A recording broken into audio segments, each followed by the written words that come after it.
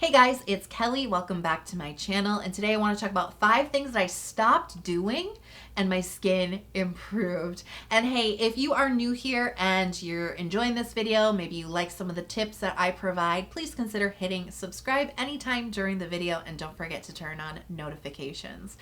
So yeah, today's video is going to be full of skincare tips, but it's also going to be full of skincare philosophy about concepts I just had to get through my brain in order to really kind of break through in my skincare game. Do you know what I mean?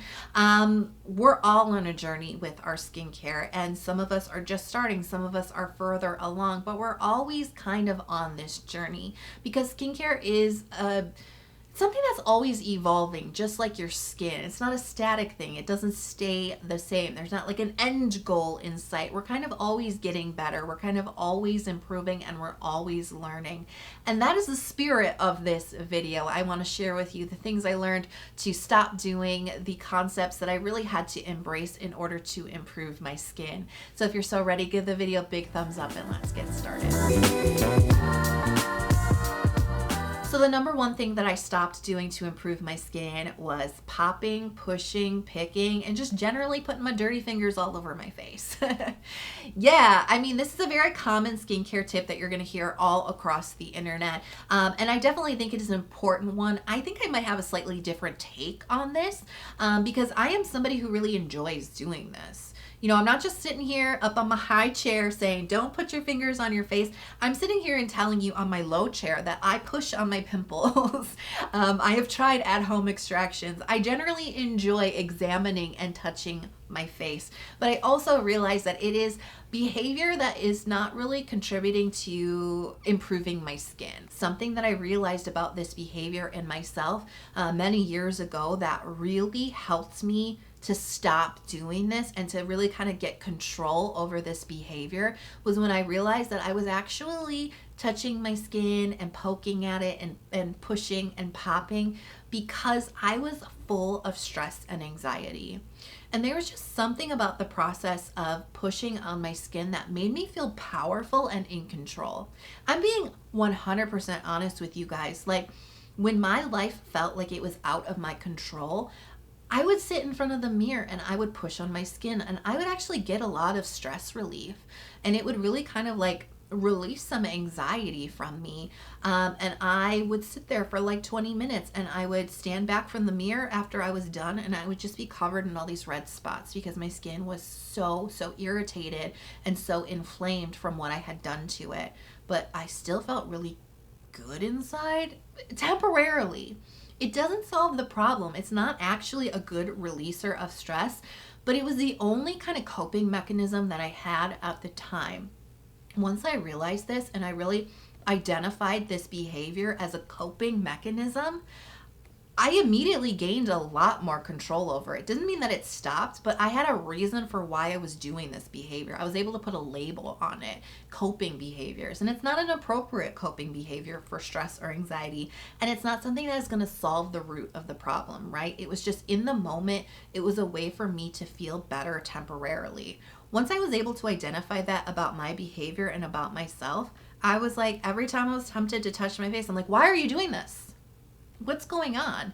You know, would maybe journaling or taking a, 5-minute like timeout type of break, would that serve you better? What's bothering you in your life that really you need to address this? Because touching your face and making, potentially making your skin look worse is not solving the problem. You're just kind of like avoiding it in the moment, right? You know what I'm saying? So identify why, there's probably an emotion behind this behavior, especially if you're somebody who's doing this a lot. There might be an emotion behind it, and I would just really encourage you to explore that and figure out if you are maybe using this behavior as a coping mechanism.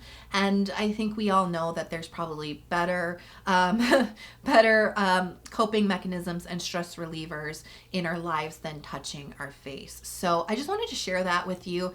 It may not apply to everybody, but I think it's actually an underlying issue for a lot of us who are like I said, doing this behavior a lot of the time. So definitely identify the emotion behind the behavior, and then you will have so much more power to redirect that behavior to something a little bit more healthy. So my number 2 tip is SPF every single day. Yeah, this is another common skincare tip that you hear a lot of people shouting at you on the internet about, like, wear sunscreen every single day, 365, right? We hear that all the time. It's very common advice. Hopefully I have a slightly different take on it and you don't feel like I'm shouting at you. Just me saying wear sunscreen every day is not as easy as actually doing it. And that's where I'm coming from with this tip, because it was not an easy process for me to get into the habit of wearing sunscreen every single day. Let's be real here. It takes time to build that habit. Another thing I want to share with you, once I built that habit, I don't know what I was doing, but for whatever reason, I was putting on sunscreen from the tip of my forehead to the tip of my chin and nowhere else. Why was I doing that? Because like I literally only cared about my face. What was I don't know. I don't know what was going through my brain at that time. But yeah, I was like, just literally like, this is a skincare product and it just goes on my face. Okay, sunscreen should definitely be pulled down to the neck and then down to the chest. And honestly, a lot of your skincare products, not your sunscreen necessarily, but like maybe your serums and your moisturizers, you should be pulling that down your neck and your chest too. I mean, these need a little bit of love. It's a different kind of need on the neck and the chest than on your face, but it still needs protection. It still needs a little TLC. So yeah, I was just putting sunscreen here. So if I was wearing like this top, all of this area was getting the premature aging, the sun damage, the exposure to UV, but not my face. So I just wanted to mention that too, because that's definitely something that I needed to improve to really up my skincare game and improve all of my skin, not just thinking about my face. And like I said, you know, you need skincare on your neck and chest too. It's not just about sunscreen there. Thinking about the skin all over your body and giving it some TLC and some love and some care. You know, it doesn't need to be as elaborate as what you do on your face, but just thinking about the rest of your body. Putting on body lotion, you know what I mean? Putting on body sunscreen. These are really important concepts in your skincare journey for you to embrace, because it's not just about looking good from here on up. It's about taking care of your skin, which is a vital organ that does so many amazing things for you. So that is really kind of what I took away from my sunscreen journey quest.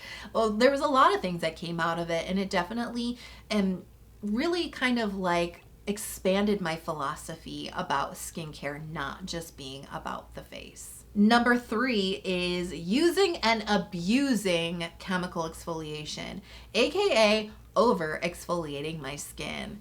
Yeah, you probably expected this one if you are familiar with my content, if you're familiar with my skincare journey and my story. You know that over exfoliation led to me damaging my skin's moisture barrier, putting me in like the lowest spot I've ever been with my skin. I think there's a couple of different reasons why we might be tempted to over exfoliate our skin.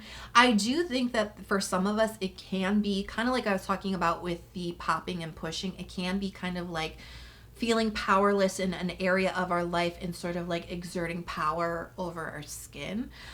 It's possible that there could be an emotion behind the over exfoliation that has to do with loss of power, loss of control in an area of your life, and you know, kind of pushing that behavior into a different area. I think that that is definitely an element, but I think for most of us, it is the addiction to fast results. I think it really is. Look, I mean, I think we're just drawn to a quick fix anything. We don't want things to be hard. We don't want things to be long. We want them to be quick, painless, you know what I mean? And I think a lot of us do get into our skincare journeys to solve, you know, issues that we see on our skin, you know, congestion, blackheads, clogged pores, acne, you know, dry, flaky skin, maybe the signs of aging, fine lines, wrinkles, right? We're all looking to improve something on our skin, and chemical exfoliation can pretty much solve everything I just listed, right? These are really, really powerful ingredients that deliver really good results very quickly. It's amazing. Like you remember your first time. Do you remember the first time you used chemical exfoliation? You probably like woke up the next morning, you're like, whoa, my skin looks really good. Like I can visibly see with my naked eye an improvement. This is amazing. This is a wonder ingredient and I'm gonna use it every single day. Remember that feeling? Yeah, those results are really, really good. These are very powerful ingredients that you should probably be using in your skincare routine, but quite honestly, we just don't emphasize how potent they are and how you need to be careful with them. Not only do I think that just as human beings, we're drawn to a quick fix. We love that. We love quick results. I think marketing really pushes that philosophy with skincare. You know, I don't even think that they mean to do harm, but they're just trying to sell their product and they say results in 7 days, clearer skin in 2 weeks. It gives you the expectation that these things should be happening very fast on your skin. And that's just not always going to be the case when it comes to your skincare journey. I wish it was as easy as me giving you a magic recipe of every, Monday, Wednesday, Friday night. That's when you use chemical exfoliation. That's the perfect amount for every single person. It works for everybody. I wish it were as easy as that. It is not. It is not. Some people need more. Some people need less. Some people need a variety. They need AHAs and BHAs. Some people can only use BHAs. It's complicated. Your skin is different. My skin is different. And as soon as you accept that, the easier this process is going to be, right? I think what the issue is here when it comes to chemical exfoliation is we just get so drawn into those quick results that we tend to not listen to our skin, because as much as I just said, I wish there was a recipe, I wish there was a hack, I wish there was an easy way to explain this. There is an easy way to all of this. It's to listen to your skin.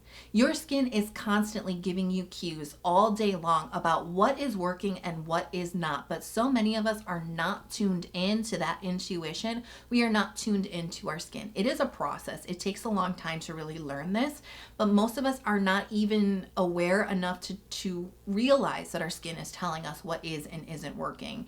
And that can be even harder when you're looking in the mirror and you're seeing your acne or your clogged pores clearing up very quickly. It's very easy to turn off that feeling of my skin feels a little dry right now. It feels a little bit tight. It feels a little bit itchy. The best piece of advice that I can give you on any exfoliation journey, whether you were a beginner or super advanced or whatever, anytime you are entering into a new product with these types of ingredients in it, go in with a beginner's mind, always looking to gather information and tune into the cues that your skin is giving you, rather than just focusing on the results that you're getting. That is one of the quickest ways to tap into your intuition and really listen to your skin. And I think if you go in with that mindset, you are going to be able to figure out what is working and not working for your skin a lot faster than if you're just focusing on those fast results. So my number 4 tip is don't be afraid of moisture. This was a lesson that I had to learn on my skincare journey. I definitely grew up in a time where I think we were afraid of oil. I would use a moisturizer as a young, teenager that was oil-free.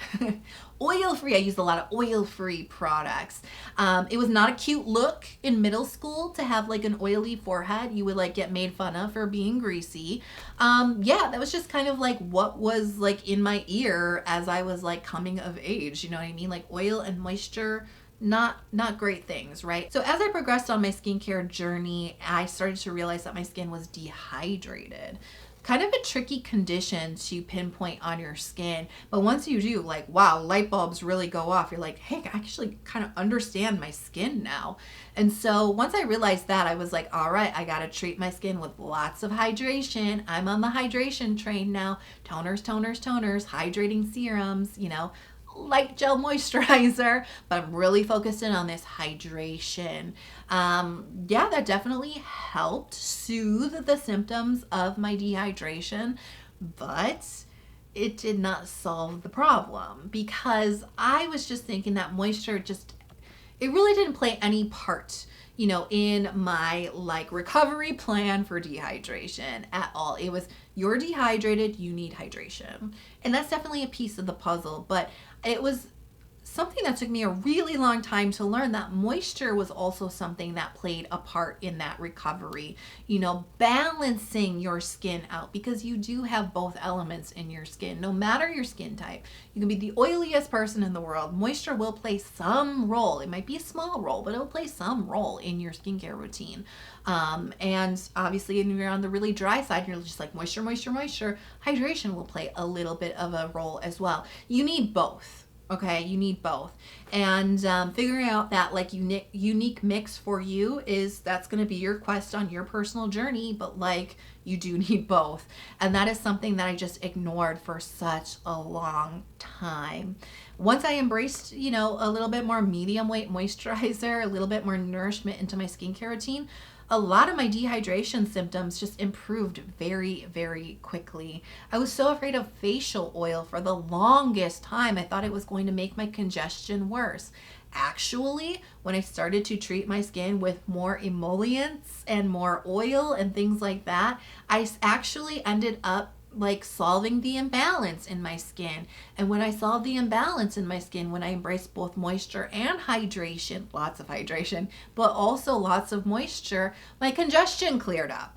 You know what I mean? Because my skin wasn't in this imbalanced and inflamed state. It was getting everything that it needed from skincare, and that kind of helped it to kind of self-correct a lot of different issues on my skin, not just dehydration, not just dryness, you know what I mean? So it's very, very interesting that along my journey, I was like so resistant to moisture when for the longest time, it's actually what my skin was really, really craving. And I was just not giving that to my skin because I had all these weird like ideas in my head that moisture was bad.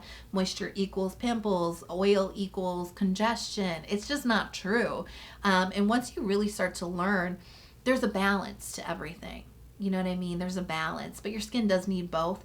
And everybody is different. So that balance of hydration and moisture will be different. But knowing that you do need both and that you need a little bit more of a holistic skincare routine, you can't just focus on hydration. You can't just focus on moisture. You need to round it out and balance it out. Once I learned that, yeah, my skin definitely improved. So my number 5 tip is to get rid of that quick fix mindset.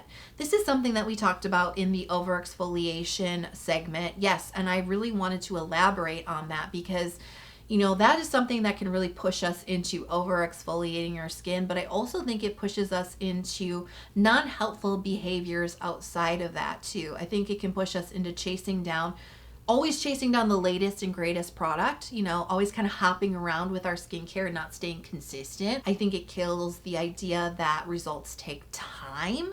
I think that it makes us write off a lot of products that don't include super high percentages or, lots of actives in our skincare products. I think that it can kind of take away a lot of the joy of the experience of skincare. If you're just chasing quick results and quick fixes to your skin, I think that you're missing out on a lot of what makes skincare so enjoyable. And honestly, I think you are robbing yourself of actual true benefits with your skincare. Because when you really get into it, when you really start to look into ingredients, when you really start to look into products and things, you do realize that a lot of the stuff that you want to fix on your skin takes a lot of time.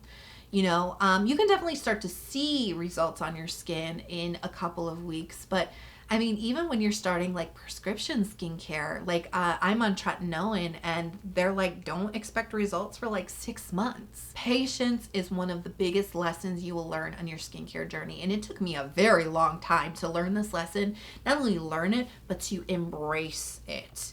Because, I wanted things really quickly, especially when I was younger. I wanted it yesterday. If not today, yesterday would have been great. And I think we live in a society that really does deliver things to us very, very quickly. You order something on Amazon, you can have it that afternoon or within 2 days, right? If you want to know who was the president of the United States of America during 1901, you can get that instantaneously from Google. You know what I mean? Back in the day before the internet, we had to go look that up in books, okay?